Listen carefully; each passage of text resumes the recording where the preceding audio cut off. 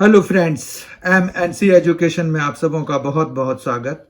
MNC education welcomes you all. आज हम general intelligence and reasoning के इस प्रोग्राम में प्रीवियस ईयर्स क्वेश्चन सीरीज जो चल रहा है उसका सेट 3 करने जा रहे हैं। इसका एग्ज़ाम डेट 3/3/2020 और टाइमिंग 1 PM से 2 PM के बीच था। तो हम जनरल इंटेलिजेंस एंड रीजनिंग का सेट 3 करते हैं जो कि प्रीवियस ईयर क्वेश्चन सीरीज पर बेस्ड है। क्वेश्चन नंबर 1 है, उस विकल्प का चयन करें जिसका तीसरी संख्या से वही संबंध है जो दूसरी संख्या का पहली संख्या से है। यहाँ पर जो नंबर्स दिए हुए हैं वो है 2809, 53, 1024।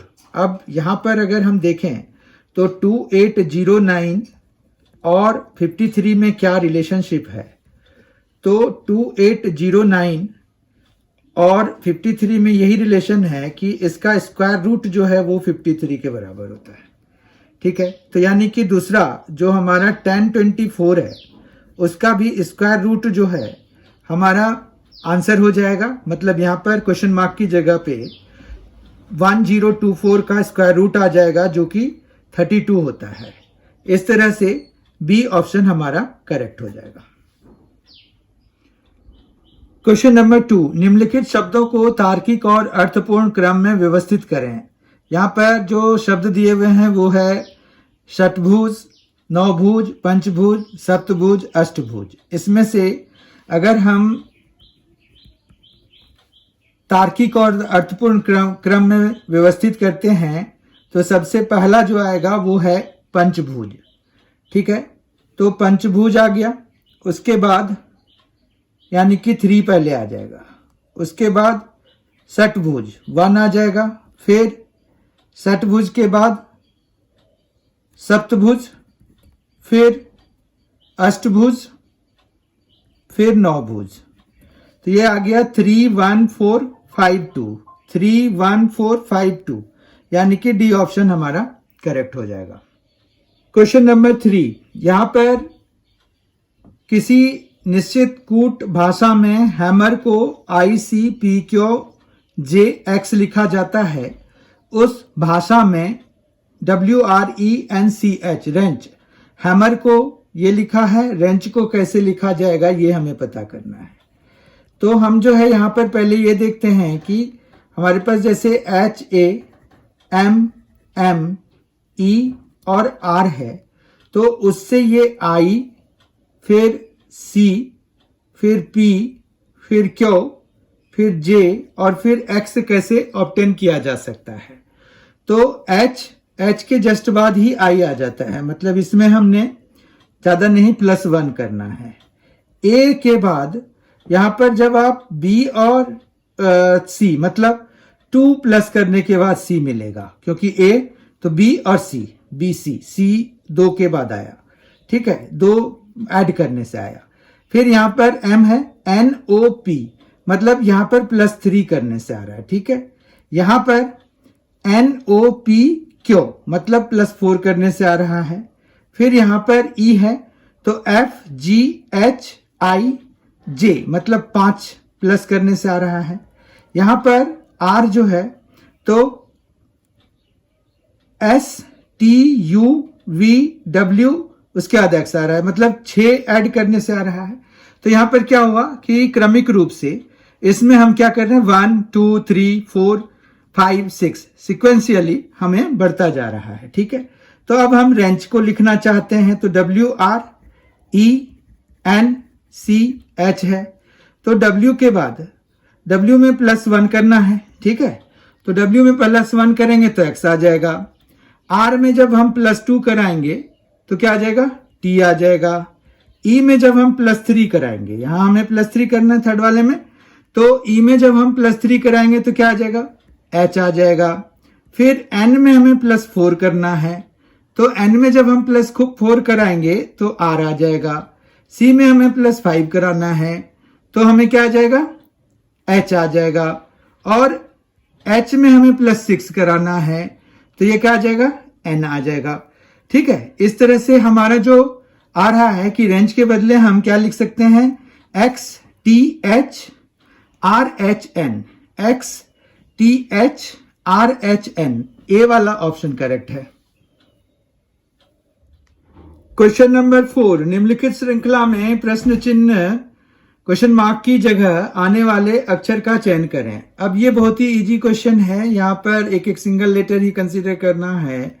तो जे है, फिर एम है, फिर पी है, फिर हमें यहाँ पर क्वेश्चन मार्क है, उसके बाद वी है और फिर वाई है। ठीक है, तो हमें ये देखना है कि जे से हम जो है एम पर कैसे पहुंचते हैं।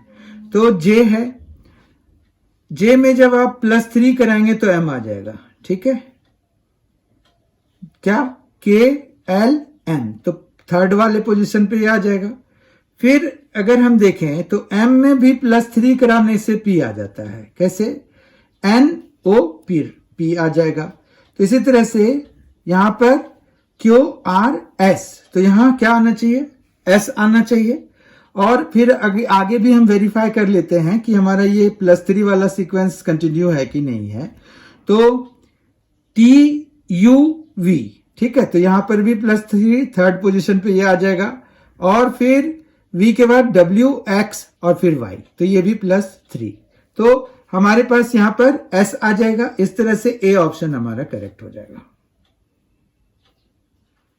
क्वेश्चन नंबर 5, निम्नलिखित श्रृंखला में प्रश्न चिन्ह क्वेश्चन मार्क की जगह आने वाले अक्षर समूह का चयन करें। यहां पर भी फिर से हमें ऐसा ही कोई पैटर्न फाइंड आउट करना होता है, जो कि इसमें जैसे B, R और H है, तो वहां से Z, U और D कैसे ऑब्टेन कर सकते हैं। तो यहां पर हम पहले ऐसे लिख लें, अगर A, B, C, D, E, F, G, H, I, J, K, L, M, N, O, P, Q, R, S, T, U, V, W, X, Y, Z। ये ना ऐसे लिखने से हमें ना काउंटिंग आसान हो जाती है। इसीलिए हमेशा कोशिश करिए कि 13 अल्फाबेट्स पहले लिख लीजिए पहली लाइन में, और फिर उनको अपोजिट ऑर्डर में ऐसे, मतलब इसी तरह से लिखने का प्रयास करिए। इससे क्या होता है ना, यहाँ 13 तक तो हो ही गया, अब काउंटिंग हम 14 से शुरू कर लेंगे, तो हमें बार बार ये पूरा काउंट करने की बजाय फिर आधा आधा ग्रुप में बढ़ जाता है। ठीक है, तो आसान हो जाता है, वो आप प्रैक्टिस करेंगे तो पता चल जाएगा। अब यहाँ पर देखिए कि B और Z में कैसे हम B से Z कैसे पहुंच रहे हैं। तो B है तो 1 2, तो मतलब -2 करा रहे हैं, तो हम B से Z में पहुंच रहे हैं। ठीक है, फिर R से U में हम कैसे पहुंच रहे हैं ये पता करना है हमें। तो R से U, R कहाँ है आपका, देखिए R है हमारा यहाँ पर, और U कहाँ है, यहाँ है। तो 1 2 3, मतलब R में अगर हम +3 कराते हैं तो हमें यहाँ पर ये मिलता है। तो यहाँ -2 कराया और यहाँ पर +3 कराया। और H और D के बीच में देख लेते हैं क्या रिलेशन है। H है और उसके पीछे है D, ठीक है ना, यहाँ D है। तो 1 2 3 4, तो -4 जब चलेंगे तो आएगा। तो क्या हो रहा है, -2 फिर +3 फिर -4। ठीक है, अब इसके आगे की बात करें, क्योंकि क्वेश्चन मार्क इसका अगला ही है, तो हमें Z में -2 कराना पड़ेगा, तब जाके हमें क्वेश्चन मार्क वाले का फर्स्ट लेटर मिलेगा, फर्स्ट अल्फाबेट प्राप्त होगा, फर्स्ट लेटर ऑप्टेन होगा, फर्स्ट अल्फाबेट ऑप्टेन होगा। तो Z में हमें क्या करना है, -2 करना है। तो Z में जब -2 कराएंगे तो मतलब हम कहाँ पहुंच जाएंगे, X पे पहुंच जाएंगे। ठीक है बात, ये X आ गया, पहला लेटर आ गया।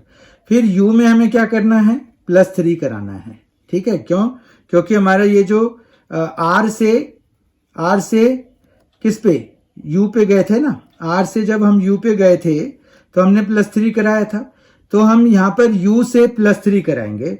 तो 1 2 3, तो ये X ही आ गया दूसरा वाला भी। ठीक है, उसके बाद हमें जो है -4 कराना है D का। D का -4 क्या होगा, D से मतलब -4 पीछे जाइए, तो D से -4, तो 1 2 3 4, तो यानी कि Z, तो XXZ जो है हमारा क्वेश्चन मार्क की जगह पे आएगा। फिर आगे हमें ऐसे वेरीफाई करने की जरूरत नहीं है, फिर भी हम एक बार देख लेते हैं कि X में क्या -2 करने से हमें V मिल जाएगा। तो X यहां पर है, इसमें हम जो है -2 कराएंगे तो 1 2, ठीक है ना, ये समझ में आ गया। उसके बाद जो है, अगर हम फिर से x में +3 कराएंगे, क्योंकि मिडल वाले में हमें +3 कराने से आ रहा है, तो x में हम +3 कराएंगे, तो 1 2 3, ठीक है। तो यहाँ a आ जा रहा है, तो a आ गया, ठीक है। उसके बाद फिर हमें यहाँ पर z है, z में से फिर क्या करना है, हमें -4 करना है, तो z में हम -4 कराएंगे, तो 1 2 3 4, तो फिर से v पहुंच जाएंगे, तो v हो गया, यानी कि ये x हमारा सही ऑप्शन आया है, तो बी ऑप्शन हमारा करेक्ट हो गया। क्वेश्चन नंबर 6, उस विकल्प का चयन करें जिसमें शब्दों का आपस में वही संबंध है जो संबंध नीचे दिए गए शब्द युग्म के शब्दों के बीच है। संकाय, शिक्षक। अब कोई भी संकाय है तो उसमें शिक्षक होते हैं। अब आकाशगंगा में क्या होता है, तारे। बहुखंडी इमारतें तो नहीं होती हैं, तो ये ऑप्शन हमारा गलत है। फिर बेड़ा, ट्रक, हाँ बेड़े में ट्रक होता है। कॉलोनी, भेड़िया। कॉलोनी भेड़िया नहीं होता, एक्चुअली फ्लॉक ऑफ शीप कहते हैं हम, मतलब झुंड कहते हैं, भेड़ियों का झुंड कहते हैं, ठीक है। और चींटियों के झुंड को कॉलोनी कहते हैं, तो ये दोनों ही ऑप्शन गलत हो गए। ये एक्चुअली कॉलोनी चींटी के लिए और भेड़िया झुंड के लिए भेड़िया आएगा। तो यहाँ पर जो ऑप्शन है, जो करेक्ट ऑप्शन है वो बी है, ठीक है। इस तरह से हमें यहाँ पर सारे ऑप्शंस देख के ये डिसाइड करना होता है कि कौन सा हमारे इसमें जो मतलब जो कहा गया है कि नीचे दिए गए शब्द युग्म के शब्दों के बीच जो संबंध है वही संबंध किनके बीच है, तो वो बेड़ा और ट्रक के बीच में है। ये इसके लिए हमें सारे ऑप्शंस को 1 by 1 असेस करना होता है, देखना होता है कि कौन सा हमारा जो उसी रिलेशन को सेटिस्फाई कर रहा है। तो इस तरह से बी ऑप्शन अभी हमारा करेक्ट है 6th क्वेश्चन के लिए। क्वेश्चन नंबर 7, किसी निश्चित कूट भाषा में पेन को 321028 लिखा जाता है, उस भाषा में टब को कैसे लिखा जाएगा, ठीक है। तो यहाँ पर यह है कि पेन को अगर हम नंबर सिस्टम के हिसाब से देखें, अल्फाबेट्स को अगर नंबर्स दे दें तो ए को 1, बी को 2, इस तरह से पी का जो पोजीशन है वो है 16th, ठीक है। उसके बाद ई का पोजीशन है 5, एन का पोजीशन है 14, ठीक है। लेकिन यहाँ पर जो उन्होंने नंबर दिया हुआ है वो है 32, 10 और 28, जो कि इनका ट्वाइस है। ये कितना है, 32 है, ये 10 है और ये 28 है, ठीक है। अब हम आ जाते हैं, मतलब हमें एक फॉर्मूला मिल गया जिससे कि हम टब को कोडिंग कर सकते हैं, टब की कोडिंग कर सकते हैं। अब टी का पोजीशन पहले हम लिख लेंगे, तो टी जो है 20th पोजीशन पे आता है, यू जो है 21st पोजीशन पे आता है, जबकि बी जो है 2nd पोजीशन पे आता है। अब इनको अगर हम डबल कराएंगे तो 20 का 40 हो जाएगा, फिर 21 का 42 हो जाएगा और 2 का 4 हो जाएगा। तो इस तरह से 40424 40424 40424 डी ऑप्शन हमारा करेक्ट हो गया। क्वेश्चन नंबर 8, संख्याओं के 4 युग्म दिए गए हैं जिनमें से 3 किसी न किसी तरह से समान हैं और 1 असमान है। उस असमान युग्म का चयन करें। तो यहाँ पर जो है अगर हम देखें तो 42 माइनस 12 कितना होता है, वो होता है 30। फिर 72 माइनस 39 कितना होता है, तो 72 माइनस 39 33 हो जाता है। 57 माइनस 38 कितना हो जाता है, 19 हो जाता है। और 60 माइनस 28 कितना हो जाता है, तो ये है 32।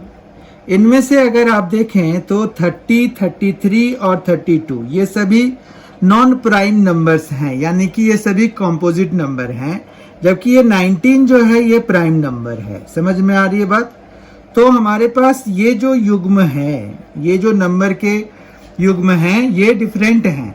तो ये है 57 और 38, यानी कि सी ऑप्शन हमारा इस क्वेश्चन 8 के लिए करेक्ट होगी। क्वेश्चन नंबर 9, दिए गए वेन आरेख में वृत्त महिलाओं को दर्शाता है, त्रिभुज शिक्षकों को दर्शाता है और आयत अविवाहित व्यक्तियों को दर्शाता है। आरेख में दी गई संख्याएं किसी खास श्रेणी में मौजूद व्यक्तियों की संख्या को दर्शाती है, जैसे ये 1 वगैरह लिखा हुआ है ना, तो वो उस तरह से, ठीक है। तो यहाँ पर जो है हमें पता करना है क्या, तो कितनी विवाहित महिलाएं शिक्षक हैं, ये हमें पता करना है। तो यहाँ पर वृत्त महिलाओं को दिखाती हैं, यहाँ पर देखिए वृत्त जो है महिलाओं को दर्शाती है, यानी कि हमारा काम जो है इसी के बीच में होना है, ठीक है। वृत्त महिलाओं को, फिर त्रिभुज शिक्षकों को, त्रिभुज जो है शिक्षकों को, मतलब हमारे पास ये 3 और 9 में से कोई होगा। फिर यहाँ पर है कि अविवाहित व्यक्तियों को कौन दिखाता है, ये जो रेक्टेंगल है, आयत जो है, तो यानी कि जो विवाहित महिलाएं हैं और शिक्षक हैं वो कौन से नंबर से रिप्रेजेंटेड है, 3 से। तो इस तरह से 3 कौन से ऑप्शन पे है, बी, तो बी ऑप्शन हमारा करेक्ट हो गया।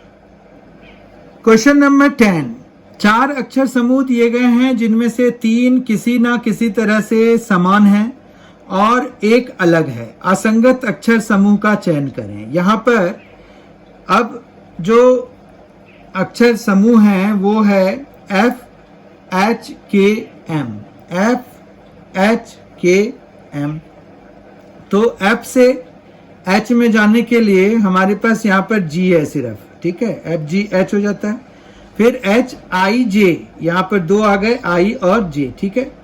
फिर K है तो यहाँ पर सिर्फ L आ गए। यहाँ पर क्या वो 1 है, 2 है और 1 है, कोई दिक्कत नहीं। फिर हम दूसरा अक्षर समूह लेते हैं जो कि J है, M है, P है, S है।